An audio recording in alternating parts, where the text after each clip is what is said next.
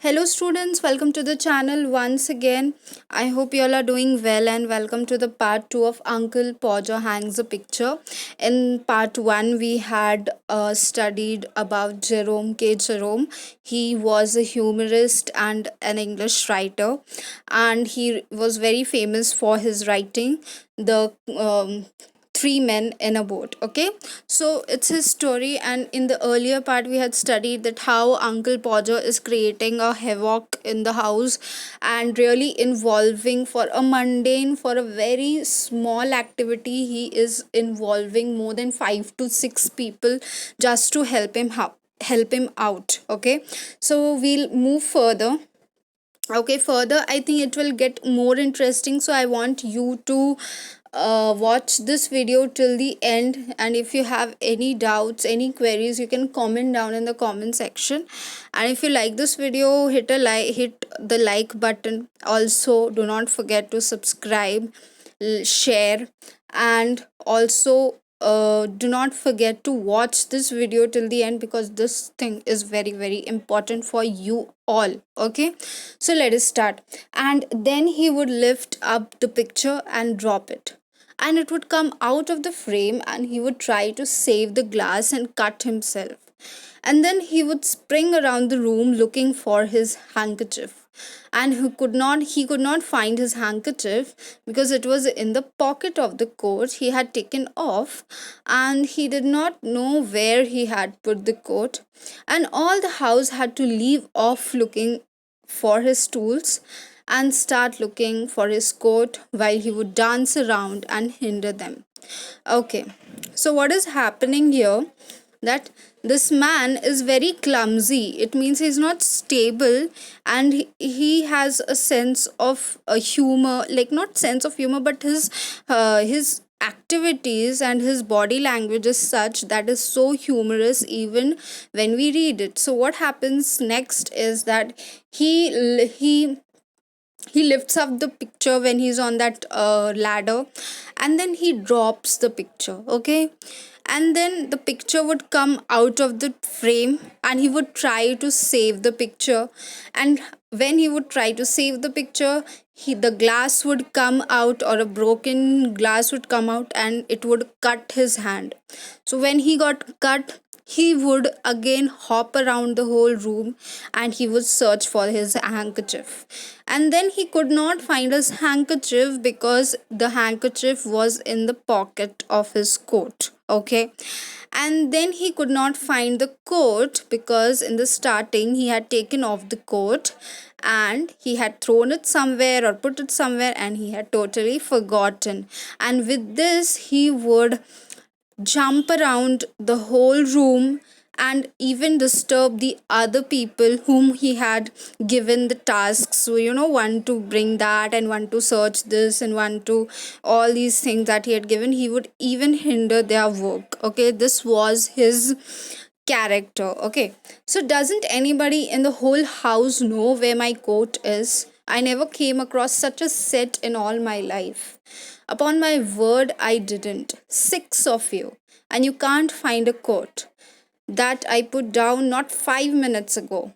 Well, of all the, and then he'd get up and find that he had been sitting on it and would call out. Okay, so you see, this man, Uncle Podger, is such a this, that he does not accept that he had thrown the coat. He's trying to blame everyone in the house and saying that all 6 of you are useless. 6 of you are working under me, and you cannot find a coat. And he even says that I've not seen a set like y'all.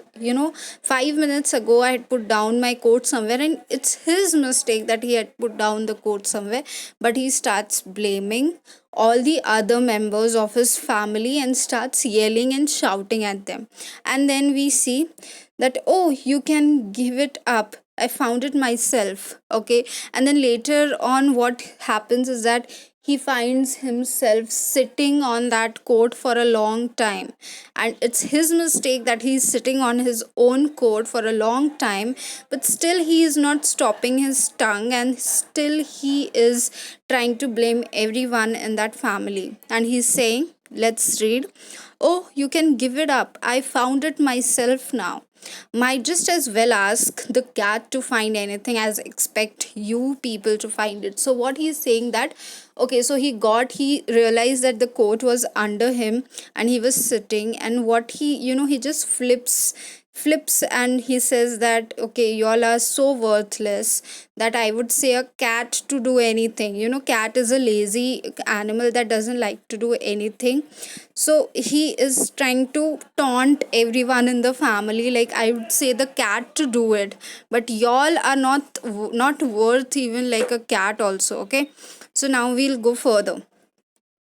And when half an hour had been spent in tying up his finger, I'm so sorry, and a new glass had been got, and the tools and the ladder and the chair and the candle had been brought, he would have another go. The whole family, including the girl and the charwoman, standing round in a semicircle, ready to help. Two people would have to hold the chair, and a third would help him up on it and hold him there, sorry, and a fourth would hand him a nail, and fifth would pass him up the hammer, and he would take hold of the nail and drop it. So you can see how funny this man is.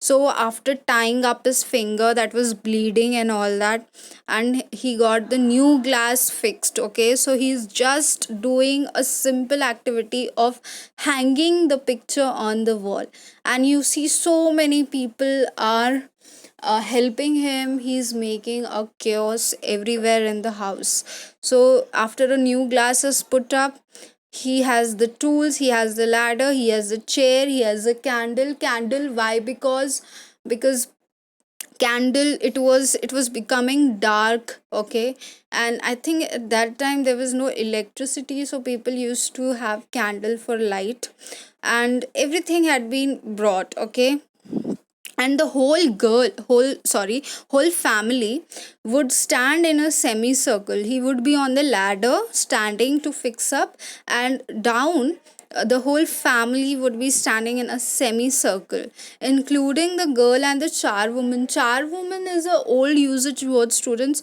It was used for a woman that is working, okay, like a maid that works in a house privately, or in an office to clean stuff and all, like a maid, okay, so that is a char woman, okay.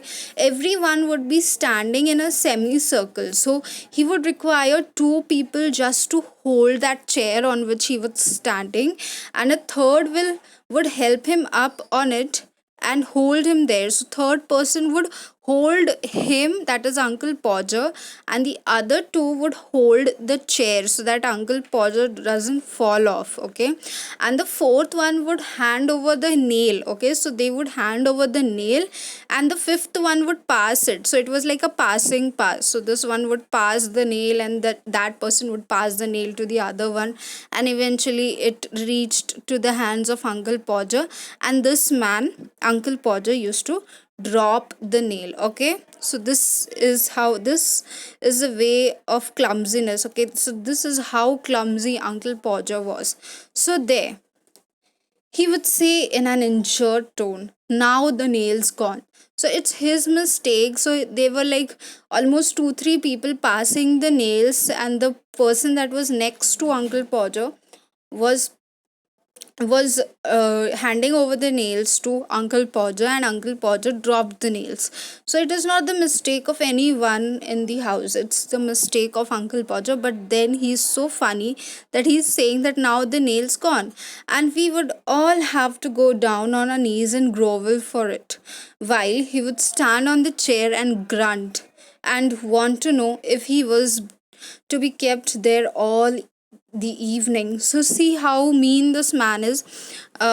He would stand up on the chair, and he would tell all the other people to go on your knees and find the nails, because he had dropped the nails.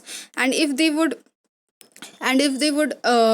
these people would take a little time to find, he would start grunting. Grunting means making low noises like, these people, like that kind of an attitude. He would start grunting, and he would ask them, like, you want me to stand on this chair for the whole day or for the whole evening?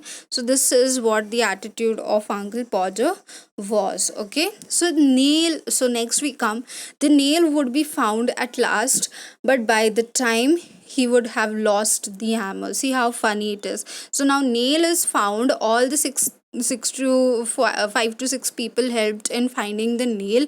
He was just standing, idle, and just staring at them whether they are doing their work properly or not.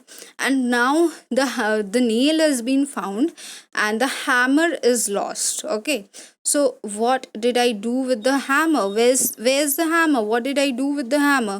Great heavens, 7 of you keeping around there, and you don't know what I did with the hammer.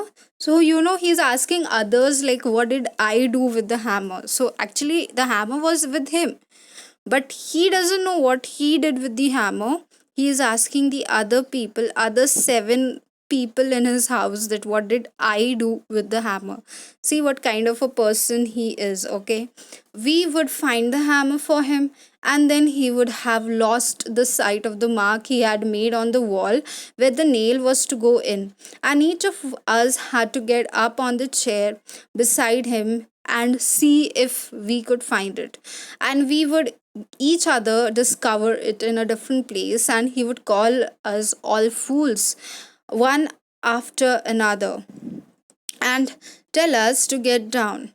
And he would take the rule and remeasure and find he wanted half 31 and 3/8 inches from the corner, and would try to do it in his head and go mad. See, now he has found the hammer. So first the nail was lost, nail has been found.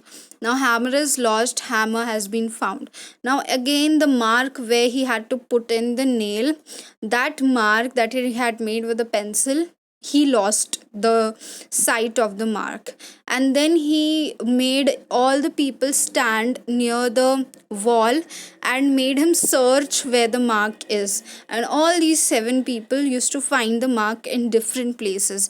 And there is some measuring trick, that from here he needed, like from the left side might be he needed half 31, and from that side he needed 3/8 inches from the corner. So that calculation also he tried to do it in his head, and he got confused and he got mad. That means he got really angry. Okay, next we come, and we would all try to do it in our heads and all arrive at different results and sneer at one another. And in the the original number would be forgotten, and Uncle Podger would have to measure it again. So you can see what a chaos is happening in this family. So he would go mad by calculating the measurement in his head. Then all the other 7 people used to calculate the measurement in their head, and they all used to get different answers, and they all used to look at each other with angry faces. And then, doing all these things, they had also forgotten what the original numbers were with what they were doing the calculations. And then Uncle Podger had to measure it once again. Okay, you can see, students, a lot of chaos, and it's a funny story. Okay, I hope you all are enjoying.